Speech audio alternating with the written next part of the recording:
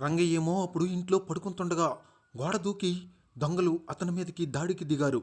ఇంతలోనే అక్కడి నుంచి ఎవరైనా రక్షించండి, ఎవరైనా కాపాడండి, కాపాడండి అని రంగయ్య చాలా ఆతృతగా భయంతో కేకలు వేస్తున్నాడు.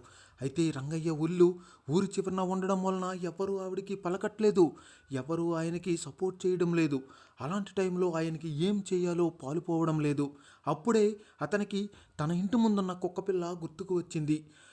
టామీ, హెల్ప్ మీ అని ఒక్కసారిగా అరవడంతో టామీ వెంటనే ఆ కుక్కపిల్ల గోడ దూకి ఆయన తలపట్టుకున్నటువంటి ఒక వ్యక్తిని తన చెవులతో కొరుకుతూ అతన్ని భయపెట్టి వెనక్కి లాగింది. వెంటనే అక్కడున్న అతను దొంగలు మొత్తం పారిపోయారు.